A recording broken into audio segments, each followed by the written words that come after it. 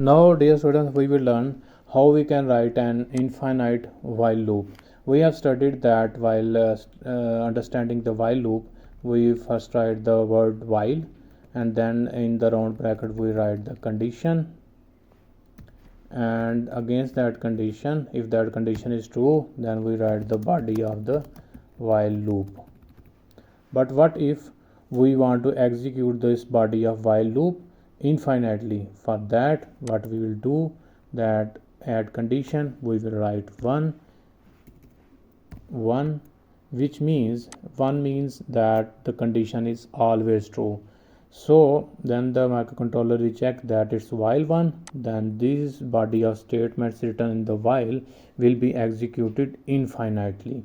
So let's test this by putting in an example. Let's comment this. So we have added multi-line comments. Let's save. Let's over here write while.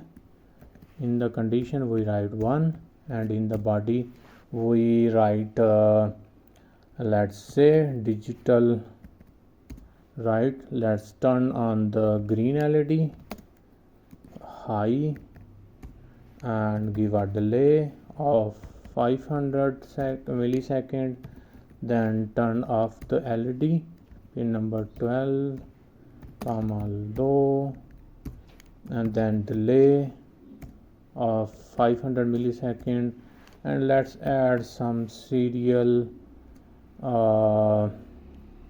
dot print line, and let's print the value of I. We have let's also declare this variable int I is equal to 0, and add a semicolon. So over here, after printing, we can write I plus plus, so that we can see the number of times loop have executed.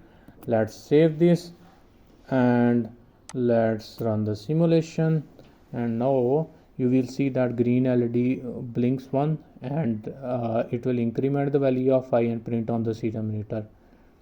So this will be infinitely time printing because we have in the condition specified that it's always true. So once the microcontroller reaches the while 1 condition, the statements written in the body is executed infinitely. So let's just stop the simulation. Hopefully you have understood the concept of